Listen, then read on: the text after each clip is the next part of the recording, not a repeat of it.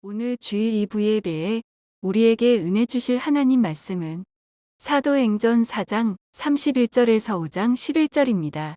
찾으신 줄 믿고 성경을 대독합니다. 4장.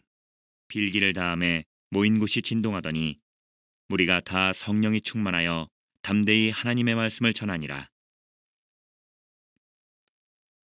믿는 무리가 한 마음과 한 뜻이 되어 모든 물건을 서로 통용하고 자기 재물을 조금이라도 자기 것이라 하는 이가 하나도 없더라. 사도들이 큰 권능으로 주 예수의 부활을 증언하니 무리가 큰 은혜를 받아 그 중에 가난한 사람이 없으니 이는 밭과 집 있는 자는 팔아 그 판 것의 값을 가져다가 사도들의 발 앞에 두매 그들이 각 사람의 필요를 따라 나누어 줌이라. 구브로에서 난 레위족 사람이 있으니 이름은 요셉이라. 사도들이 일컬어 바나바라 번역하면 위로의 아들이라 하니 그가 밭이 있음에 팔아 그 값을 가지고 사도들의 발 앞에 두니라.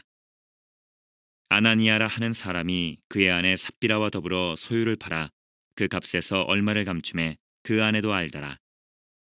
얼마만 가져다가 사도들의 발 앞에 두니 베드로가 이르되 아나니아야 어찌하여 사탄이 내 마음에 가득하여 내가 성령을 속이고 땅값 얼마를 감추었느냐.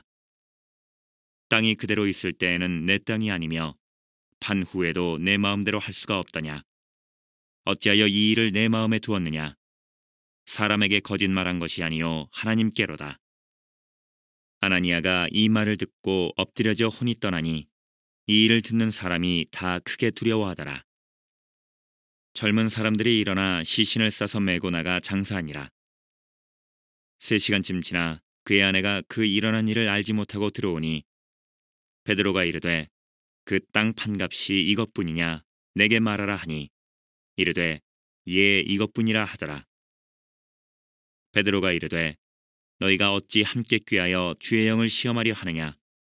보라 내 남편을 장사하고 오는 사람들의 발이 문 앞에 이르렀으니 또 너를 메어 내가리라 하니 곧 그가 베드로의 발 앞에 엎드려져 혼이 떠나는지라.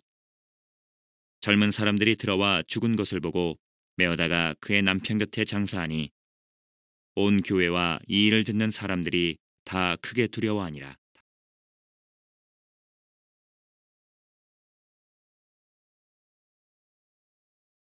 오늘 말씀이 좀 많이 길었습니다만은 이 말씀을 이렇게 성경을 읽고 또한 그 읽음으로 해서 모든 그 전후 사정을 알아야만 말씀의 은혜가 되기 때문에 좀 긴 말씀이었습니다만은 읽음을 양해하시고 하나님 말씀을 전하도록 하겠습니다. 말씀의 제목은 믿음이 흔들리는 이유입니다. 믿음 안에서, 사랑 안에서, 또 신앙 안에서 믿음이라고 우리가 명명하고 그 믿음이 있고 없음을 판단하고 그 믿음이 있어야만 하나님의 은혜와 사랑을 받게 되고 믿음이 없으면 시험을 당한다라고 믿는 사람들은 생각을 하는데 신앙적인 의미를 떠나서 인간적이거나 세상적인 부분으로 한번 생각해 보겠습니다.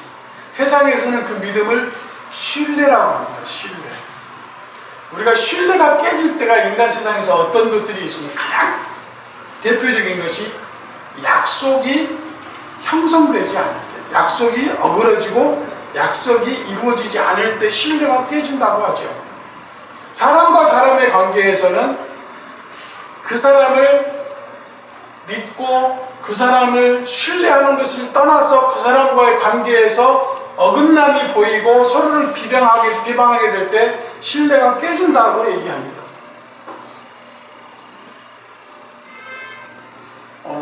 지금 현 세상에서 가장 신기한 것이 엄청난 철의 무게를 가지고 있는 배가 무디에 떠다니는 거고요.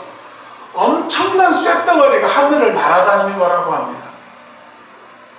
사람이 생각하는 것으로 보았을 때에 당연히 무거운 것들은 떨어지게 되어 있고 가라앉게 되어 있고 떠오르지 않게 되어 있는 것이 사실입니다.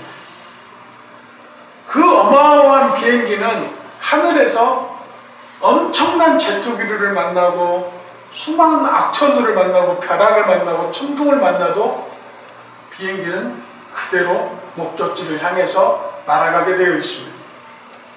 그런데 그 비행기가 떨어지는 순간들이 있대요. 그는 비행기 안에 작은 생쥐가 하나 들어가서 전선을 갉아먹음으로 해서 작동을 불량하게 만드는 상황, 또는 날고 있을 때에 그 엔진, 그 프로펠러 안쪽으로 새가 들어가는 경우가 가장 추락의 원인으로 많이 삼아지고 있다고 하는데, 믿음도 오늘 말씀을 보니까 엄청난 환경을 우리에게 보여주고 있어요. 사도행전 4장 31절부터 말씀을 보니까 모든 사람들이 하나님의 말씀을 듣고 그 마음속에 은혜와 성령이 충만하여서 정말 모든 것들이 하나님 안에서 하나됨을 느끼게 하고 한마음 한뜻으로 하나님만을 찬양하고 그들이 가진 모든 것을 통용했다고 했습니다. 5장 1절에 나오는 아나니아와 삽비라도 4장 31절에 나오는 그 역사 가운데 함께하고 있었어요. 그러나 아나니아와 삽비라 이전에 바나바라고 하는 한 사람이 등장을 합니다. 그는 아나니아와 삽비라가 하고 있는 행위와 바나바가 하고 있는 행위가 똑같은 행위였어요. 그가 가진 모든 것들을 제자들의 발 앞에 놔두는 순간입니다. 이 말씀을 준비하면서 저는 두 가지 생각을 하게 되었습니다. 저는 이 말씀을 준비하면서 믿음이 흔들리는 이유라는 말씀의 제목으로 나누는데, 대부분의 이 말씀의 본문을 가지고 세상에서 많은 목사님들은 이 말씀을 통해서 헌금을 강요하는 설교를 하고 있다는 것을 보게 됩니다. 그리고 이 말씀을 통해서 하나님께 올바로 바치지 아니하면 너희의 믿음은 실패라고 정의하는 목사님들을 많이 보게 됩니다. 그러나 하나님께서는 우리 하나님을 믿는 성도들에게 물질을 빼앗거나 어떤 재산을 빼앗거나 현금을 뺏기 위해서 말씀을 우리에게 주시는 하나님이 아니십니다. 하나님께서는 우리에게 오직 하나 원하시는 것, 너희가 나만을 사랑하고 나만을 믿고 나만 바라보라고 하시는 말씀이에요. 그러면 하나님께 드려지는 제물은 어떠한 것이냐?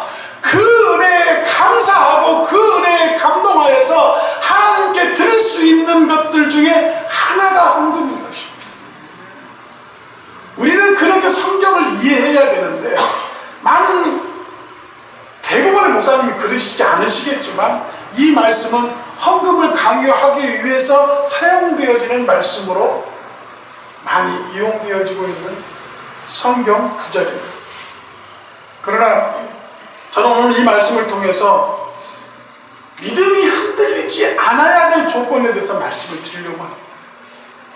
우리가 하나님을 믿고 그 예수 그리스도를 통해서 그 믿음으로 말미암아 내가 은혜 받아서 구원 얻게 되었고, 구원 얻어서 실질적으로 눈앞에 보이지 않지만 하나님의 영생이라는 것을 허락받았잖아요. 그 영생을 통하여서 내가 지금 당장 죽는다 하여도 하나님 앞에 갈 것을 믿잖아요. 그것이 우리에게 은혜의 축복인 것입니다. 그럼에도 불구하고 자꾸 이 믿음이 흔들리는 이유는 무엇이냐? 사람은 외부의 압력이나 핍박에 대해서 면역력이 굉장히 강하다고 합니다. 왜냐하면 이 말씀이 어떻게 해석이 되냐면, 내가 가난하고 힘들고 어려운 환경에 있지만 계속 그것을 벗어나려고 하는 노력보다는 그것들이 계속적으로 면역이 되다 보니 그 가난을 벗어나지 못하고 그 어려운 환경을 벗어나지 못하는 경우가 더 많다는 거예요. 성은 노시오 이름을 숫자라는 사람들이 있잖아요. 죄송한 말씀이지만 노숙자분들이 그 지하철에서 또는 역사에서 아직도 그 생활을 하는 이유는 처음엔 힘들었을 거예요. 내가 이렇게 있는 자체가 부끄러웠을 거예요. 그런데 그게 시간이 흘러가고 점점 그 모든 것들이 내 스스로의 환경이라고 받아들이면서부터 부끄러움도 없어졌을 것이고, 내가 이 길을 탈출해야 되겠다는 생각을 접어두고 그래 오늘도 이렇게 하루 지났다라는 생각만으로 시간이 흘러가다 보니 숫자라는 이름을 가졌을 것이고 성씨가 노씨로 바뀌었을 거예요. 우리의 신앙은 어떻습니까?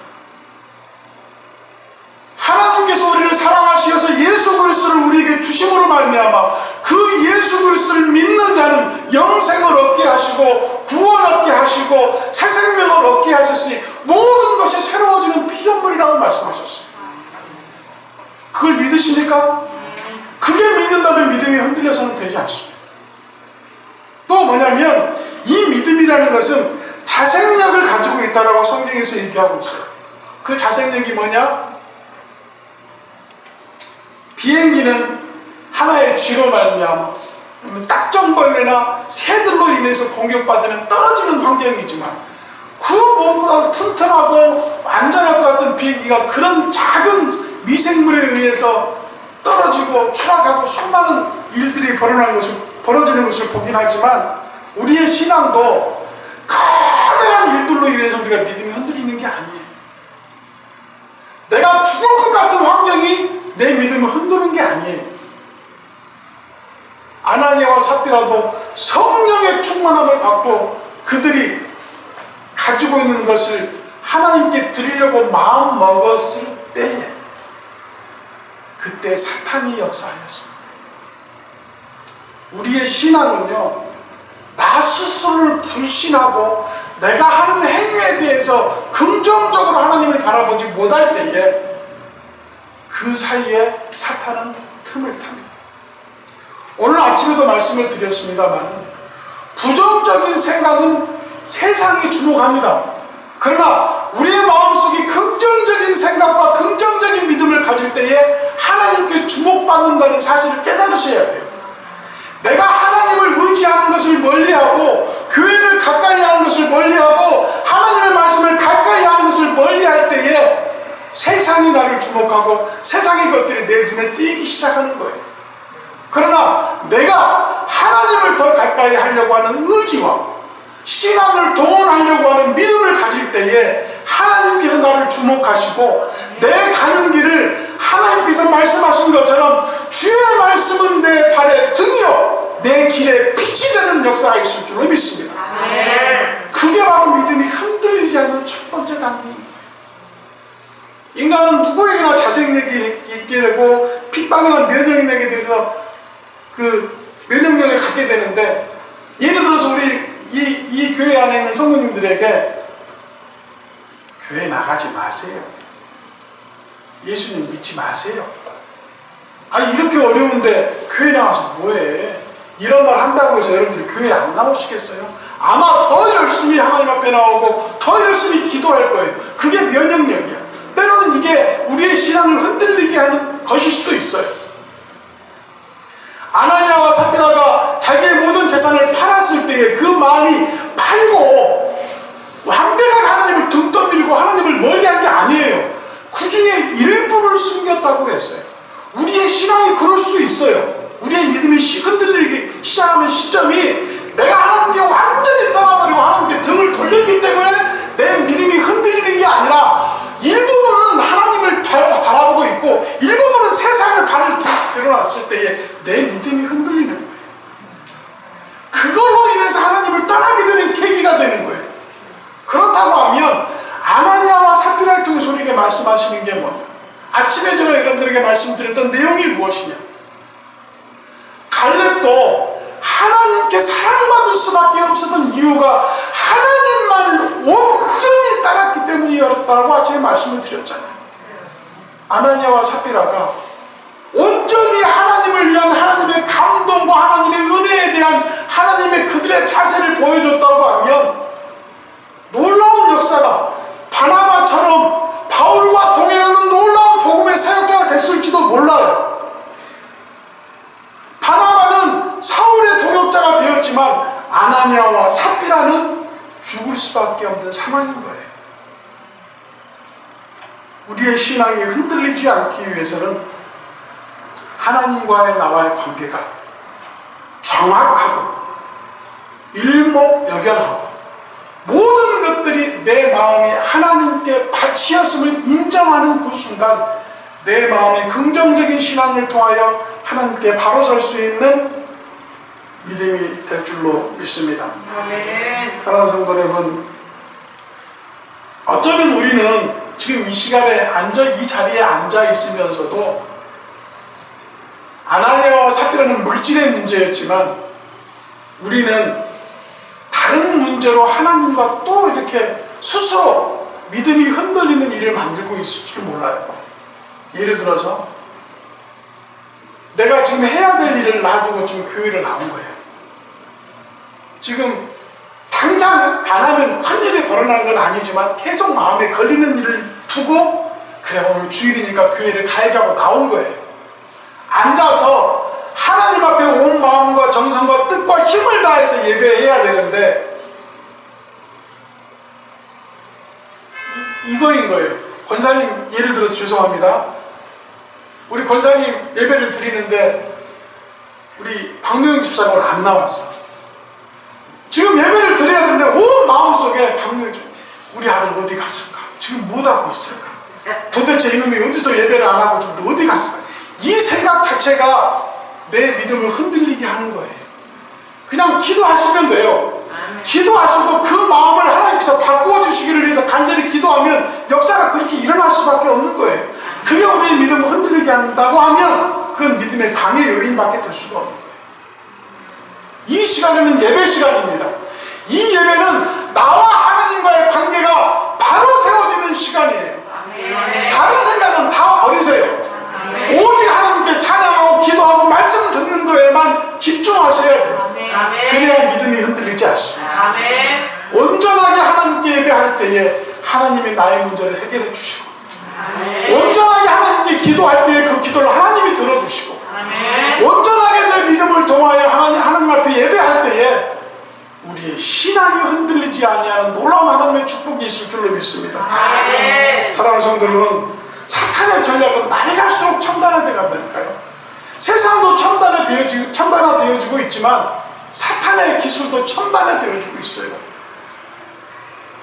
저는 사실 원로 목사님이 이렇게 일을 당하고 나서 저는 스스로 이렇게 생각해 보았습니다.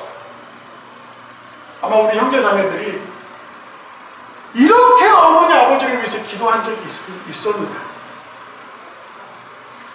왜냐하면 이제 나이도 연로하시고 다른 가정의 부모님 같은 경우는 돌아가신 분도 더 많은데 아직까지도 이렇게 건강하게 지금까지 살아계획을 주셨고 우리와 함께 하심을 너무나 큰 감사와 영광을 돌리는데 이렇게까지 우리가 부모님을 위해서 기도한 적이 있었느냐.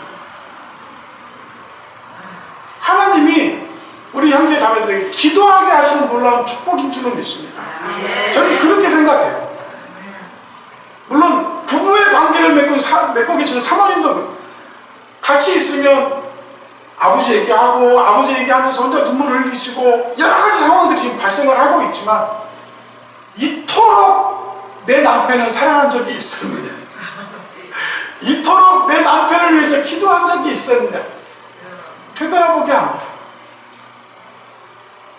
어쩌면 이 일을 통해서 우리의 믿음이 흔들릴 수 있어요. 그러나 저는 이 과정 속에서 느낀 것은 이토록 우리 가정이 다시 한번 하나님의 이름으로 뭉치게 하시고 다시 한번 이 일을 통해서 기도하게 하시고 다시 한번 이 일을 통해서 하나님을 절대적으로 믿고 있다는 신앙을 확인하게 되는 놀라운 축복이 저는 있었다고 저는 보고 있습니다. 사랑하는 성도 여러분, 우리가 아무리 마음을 견고하게 먹어도 비행기의 전선을 갉아먹는 생쥐나 갑자기 뛰어드는 자그마한 손바닥만한 새 한 마리가 비행기를 떨어뜨린다고 한다고 하면 우리의 신앙은 그보다 더 악랄하고 더 나쁜 일들로 신앙의 도전을 받게 하고 우리를 시험 들게 하는 사탄의 역할이 분명히 있을 겁니다. 사랑하는 성도 여러분, 우리는 영적인 싸움에서 재정비가 필요합니다. 외부의 압력과 싸우지 말고 내부에서 나도 모르게 침투해 있을 나를 공격하는 땅장벌이나 또는 생쥐나 세조과 같은 것들을, 즉 다시 말해서 사탄의 역사나 죄의 결박들 속에서 자유함을 얻고 하나님께 바로 서기 위한 우리의 신앙을 점검을 해야 된다는 말씀인 것입니다. 조금 극단적인 얘기이긴 하지만 이 신앙에 대한 흔들림을 볼 때에 우리는 어떻게 생각하냐면 24시간 주 앞에 모든 것을 맡기는 생활이 되어야 되는 것이죠. 그러나 이것처럼 힘든 일이 또 없는 것 같아요. 왜냐하면 우리는 이미 세상에 속해 있기 때문에.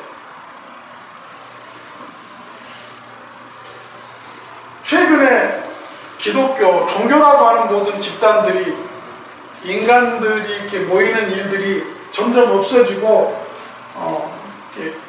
교회적인 얘기로 한다면 성도들이 교회를 떠나는 일이 굉장히 많다고 합니다. 그 원인을 많은 종교자들이 찾아보니까 뭐냐면은 사람이 신의 영역을 침범하면서부터라고 합니다. 그게 뭐냐면 옛날에는 사람이 생사가 왔다 갔다 하는 것들은 다 신의 영역으로 생각을 했대요. 근데 지금은 조금, 그래서 웬만한 나이 먹은 사람들은 대한민국에서 위암 수술 잘하는 의사가 어디 병원에 누구 교수인지, 어디 누구, 웬만한 정보는 다 가지고 있는 걸로, 저도 가지고 있습니다만 웬만한 정보는 다 가지고 있는 걸로 알고 있습니다. 그게 뭐냐면 생사까지도 인간의 우술이나 또는 이런 기술을 통해서 연장하고 살려내고 하는 일들이 발생을 하면서 신의 영역이 점점 사람들로부터 멀어지고 있는 거예요. 그것을 온전하게 신앙적인 것으로 얘기하면 믿음의 그 신앙이 흔들리고 있다는 겁니다. 오늘 본문에서 나오는 아나니아와 삽비라는, 제가 처음에 강조한 것처럼 우리의 신앙 가운데에 아나니아와 삽비라처럼 우리가 그런 일을 당하지 않을 거라고 우리는 생각하면 안 되는 것입니다. 재물에 속한 일이지만 아까도 말씀드린 것처럼 우리 마음속에 찾아오는 사탄의 작은 딱정벌레 같은 생쥐와 같은 그런 모든 우리의 자존심을 건들다거나 우리 가족을 건든다거나 내 인생에서의 가는 길에 대한 그 길 방해 요인을 만들어낸다거나 하는 모든 그 과정 속에서 결국 하나님을 배반해야 될 상황들이 발생을 할 거라는 거예요. 그런데 그렇지 않기 위해서는 그 믿음에 대한 자존심을 우리가 지켜야 된다는 것입니다. 사랑하는 성도 여러분, 우리는 사도행전을 통해서 한 위대한 신앙인을 만납니다. 바로 스데반 집사님. 스데반 집사님도 아마 이 상황과 비슷한 상황 속에 있던 사람이에요. 그리고 그들을 향하여 하늘문을 여시고 자기를 바라보는 예수 그리스도를 찬양하니까 같이 성령 받았던 그들이 스데반을 돌로 쳐 죽입니다. 그 상황은 어떤 상황입니까?